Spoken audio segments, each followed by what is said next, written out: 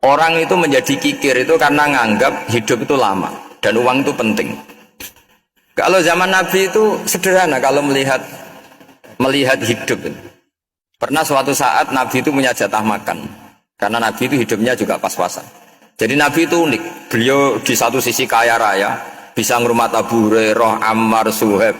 Ashabu Sufa itu dirawat Nabi semua. Itu kan kaya, bisa ngerawat sekian orang. Tapi di sisi yang lain untuk pribadinya beliau miskin. Kadang nggak bisa makan hari itu. Tapi di saat yang sama bisa merawat Ahlus Sufa. Jadi keliru kalau orang hanya cerita Nabi itu miskin, untuk makan dirinya aja susah. Itu keliru. Kelirunya kalau tidak diteruskan, tapi Nabi mampu menghidupi Ahlus Sufa. Singkat cerita jatah makannya Nabi itu dikasihkan orang ketika Nabi tanya, ya Aisyah, makanan jatah saya di mana? Oh ya Rasulullah, tadi ada orang minta tak kasihkan, maka makanan itu habis. Apa kata Nabi? Kamu salah Aisyah. Yang kamu kasihkan itu justru yang masih. Ya, yang kamu kasihkan itu justru yang masih. Sehingga Nabi menganggap, makanya Nabi terus ngendikan. Ya kalau mukhatabnya lelaki ya kira-kira begini. Wa hallaka min malika illa ma akalta fa'afnaita wa labista fa'ablaita. Terus tanya wa tasaddaqta fa'abqaita, kata Nabi. Harta kamu ya kamu makan kemudian ke WC jadi kotoran, atau punya pakaian mewah nanti rusak. Wa tasaddaqta fa'abqaita. Ada yang kamu sedekahkan yaitu yang abadi sampai akhir.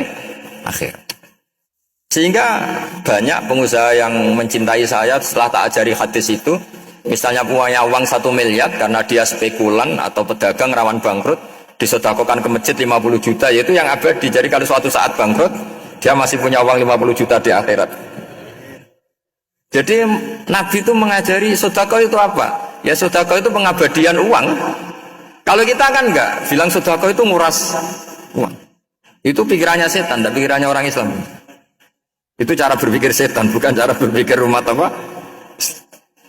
Sehingga Sayyid Ali Zainal Abidin itu kalau ada orang minta, kemudian beliau ngasih, itu beliau bilang gini, marhaban biman hamala zadi ilal akhirah. Matur nuwun nggih jenengan sing beto sangu kula. Jadi dianggap teller saja. Orang yang minta uang beliau itu dianggap tukang nyatet bank itu. Karena sudah ditabungkan, ya sudah. Kalau kita kan enggak, wah pengemis tuh ganggu gini-gini. Kecuali pengemis profesi ya mungkin kita agak-agak enak. Pada zaman akhir tuh ada pengemis apa? Profesi, jadi repot.